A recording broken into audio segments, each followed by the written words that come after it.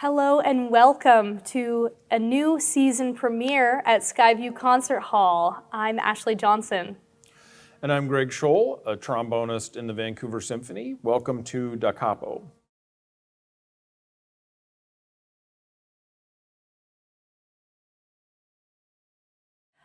Well, here we are at the start of a new season, and we're kicking things off with Carl Orff's Carmina Burana.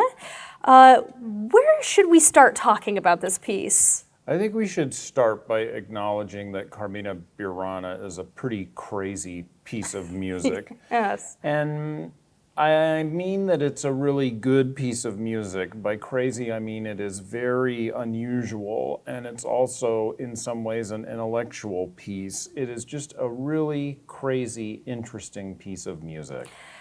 So Carl Orff is not a name we hear often. He's something of a one-hit wonder. That's right, and Carmina Burana is his one hit. The opening movement, which is repeated at the end, O Fortuna. This is what this piece of music is known for. It is very dramatic sounding music. It's been used for all kinds of purposes, most famously in films. This is music for the bad guys. This is music for the Crusades or for all kinds of things. Movies even about supernatural stuff, scary movies have glommed onto the first movement of this piece. And the fact that it's been used so many times means that Carmina Burana might be the most popular piece in all of 20th century music just because of that opening theme, which even though it's become somewhat ubiquitous, it still sounds pretty scary. It's true, but of course there's a lot more to the piece than just that. You're right, and the fans know what this piece really is and what's really going on in this composition. So let's take it apart a little bit. It's described as a cantata. What exactly is a cantata? So a cantata is a vocal composition with instrumental accompaniment, typically in several movements, often involving an ensemble of singers from a small group all the way up to a choir. And this is different from an opera, which is focused more on a dramatic presentation and a storyline. In a cantata, you have often smaller groups and things that are presented in a little more minuscule scale.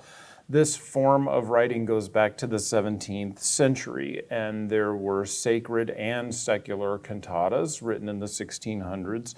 J.S. Bach wrote a lot of cantatas. We know he wrote at least 200 of them because that's how many remain. There were others that he wrote that have disappeared. Wow. So what is the actual title of this piece? The piece is a modern cantata, but it has this long title that Orff imposed on it. Songs of Boyern, secular songs for singers and choruses to be sung together with instruments and magical images. And that title, I'm saying it in English, but in the publication it's written in Latin. And the piece itself is primarily written in Latin. That's right. It's written in Latin to be sung, which, by the way, a lot of composers like Igor Stravinsky and other people have said if you're going to write something to be sung, you should use Latin because it's the best language to sing. There are other languages in certain movements of this piece. The text itself is very unusual. So, Carl Orff found a book called Carmina Burana, and the book was written in 1847 by a guy named Johann Schmeller. The original text of this book was a collection of really old poems from the 11th or 12th century.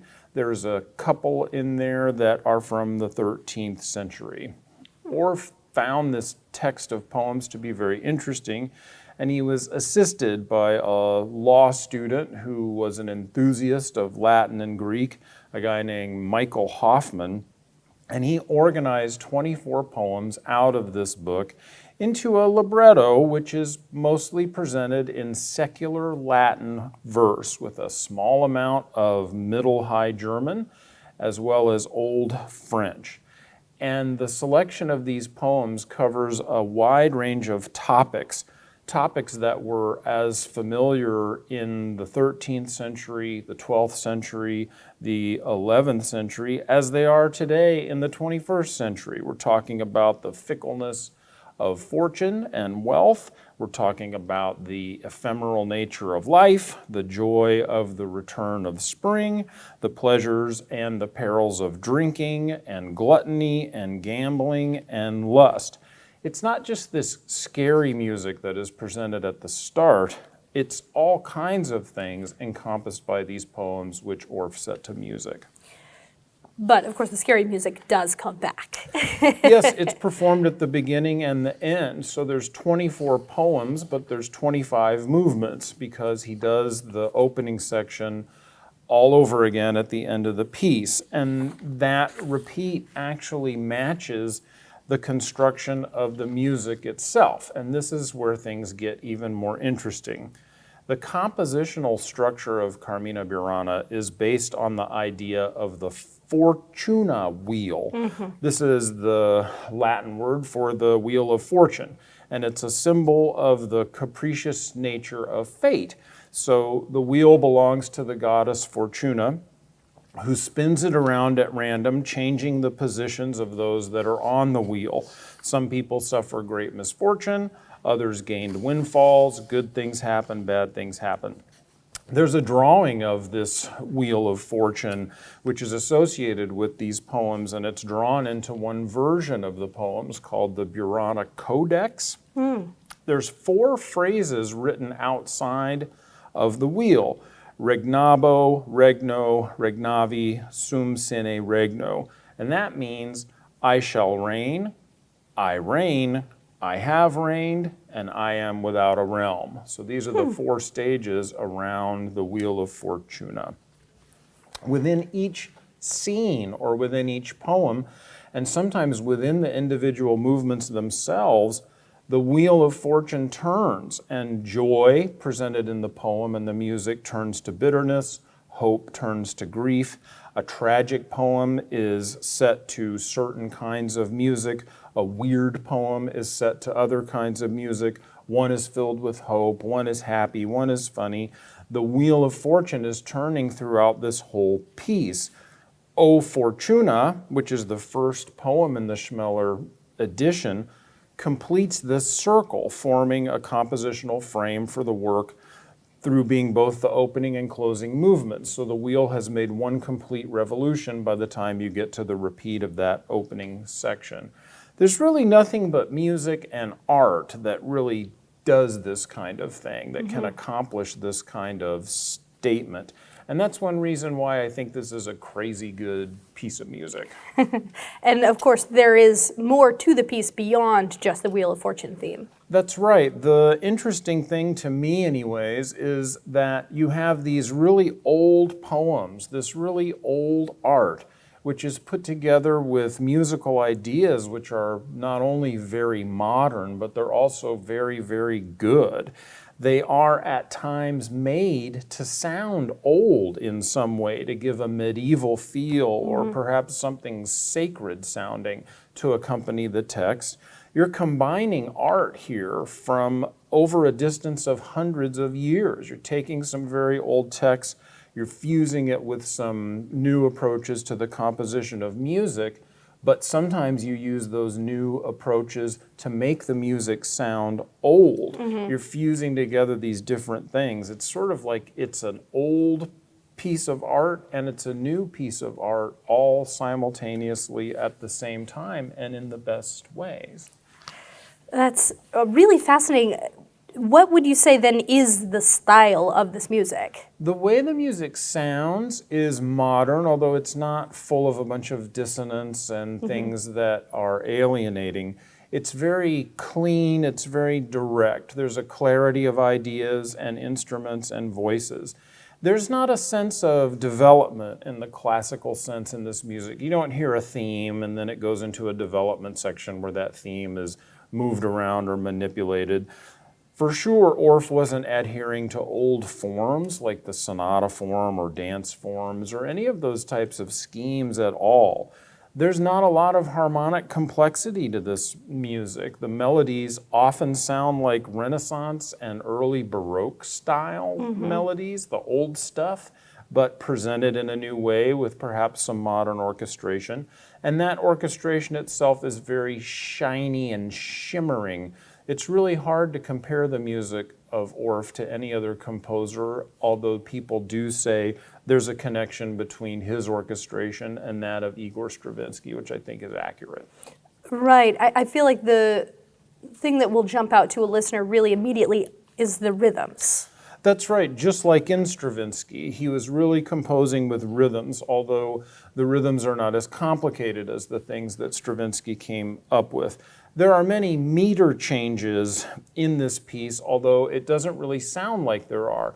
And so instead of having a time signature of 3/4 or 4/4 that just goes on and on and on, you'll have a bar of 3, and then a bar of 5, and then a bar of 7, and then a fermata or a hold, and then a bar of 4, and then a bar of 3. But when you listen to it, you don't get that off-putting or that sort of feel of some kind of disjunction. There's still a lot of phrasing going on here, so it's composing with rhythm, but not in as visceral a way as Stravinsky eventually started to do.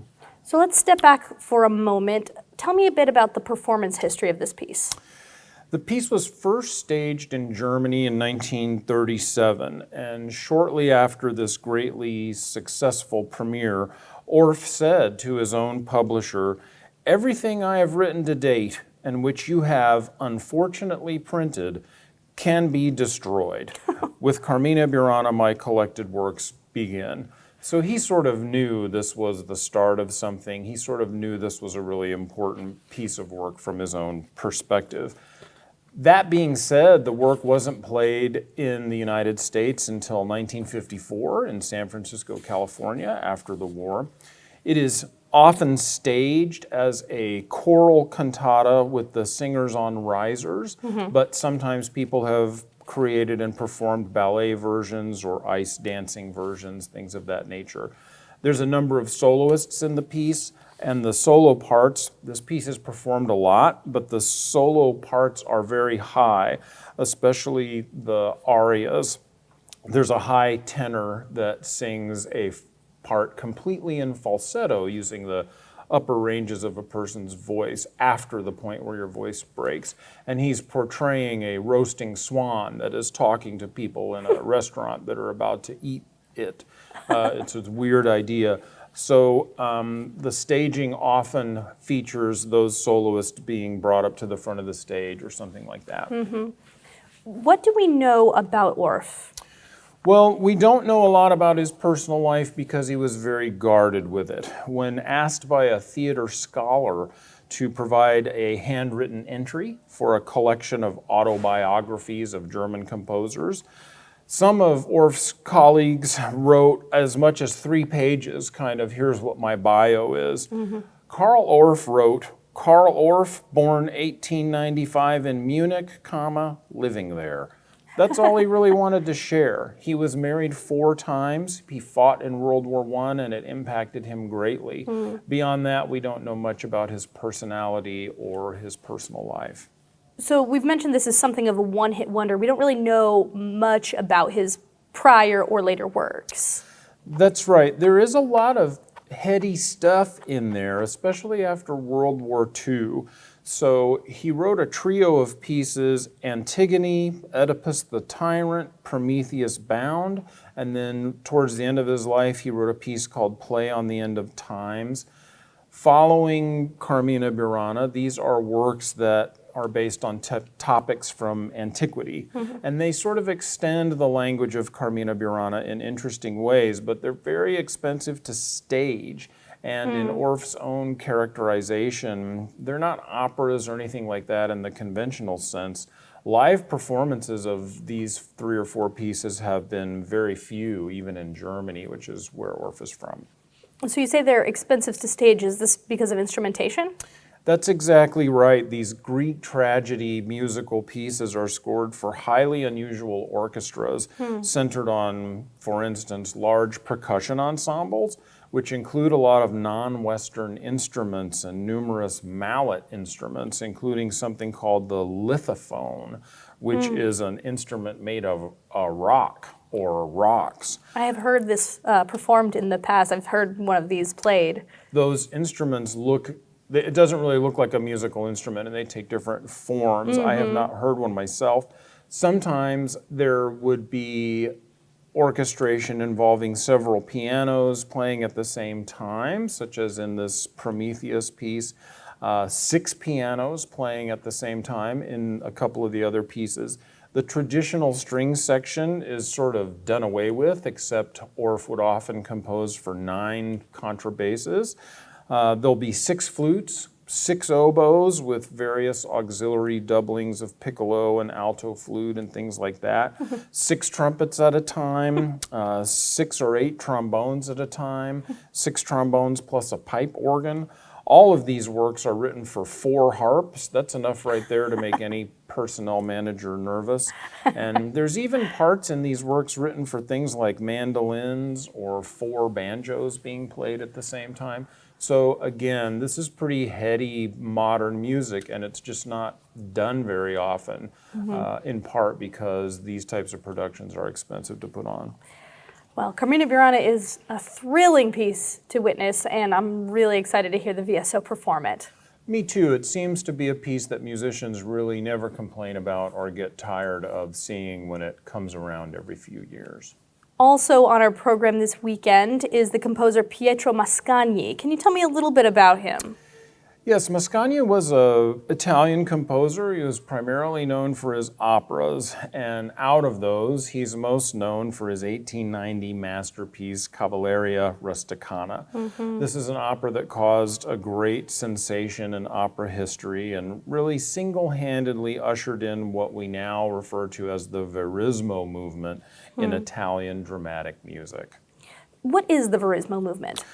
In opera, Verismo, which is Italian for realism, was a post-romantic operatic tradition associated with Italian composers such as Pietro Mascagni, Ruggero Leoncavallo, Giacomo Puccini, and some others that are a little bit less well known.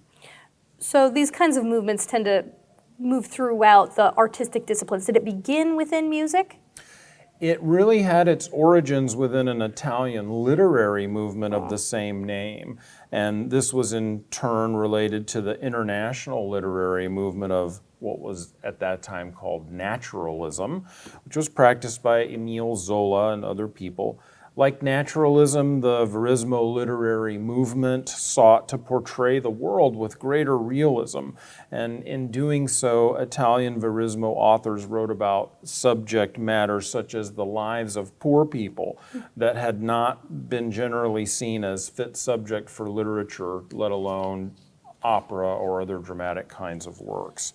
This gets a little confusing because the term verismo is used to refer to the operas written in this realistic style, but it also gets used to refer more broadly to the entire output of the composers of this school, this generation of people. So it's kind of like Cubism or Dadaism or something. It's referred to not just as a style, but as a whole school. So Verismo is ringing a bell. I feel that we have discussed it in a prior season. That's right. A year or two ago, we talked about an opera which was one of the forerunners of this Verismo style. It's an earlier opera. It was written by a Frenchman. It really focused on real life and all the things that go with it. And that opera is Carmen by Georges Bizet, probably the most famous opera ever written. The characters in Carmen, as we discussed before, were normal people. They were real people. They were lower class people. And the story was not really fantastic about a magic flute or a sorcerer. It was just real people doing very earthy things.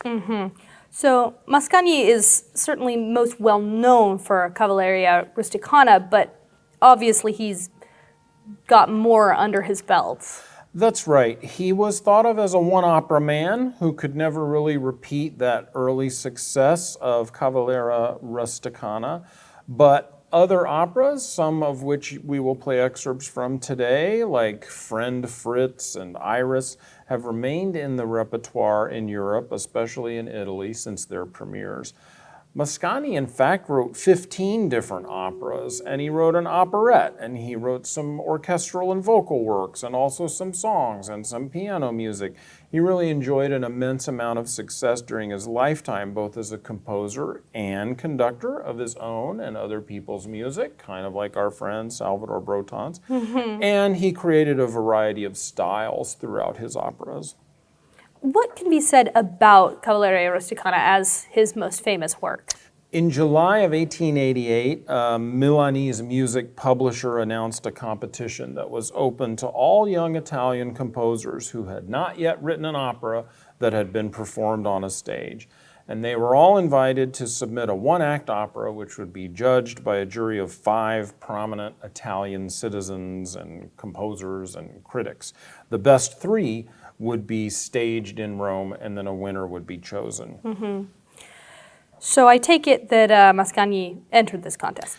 He sure did. He heard about the competition only 2 months before the closing date, and he asked his friend, who was a poet and professor of literature at a Royal Naval Academy, to provide a libretto for his composition.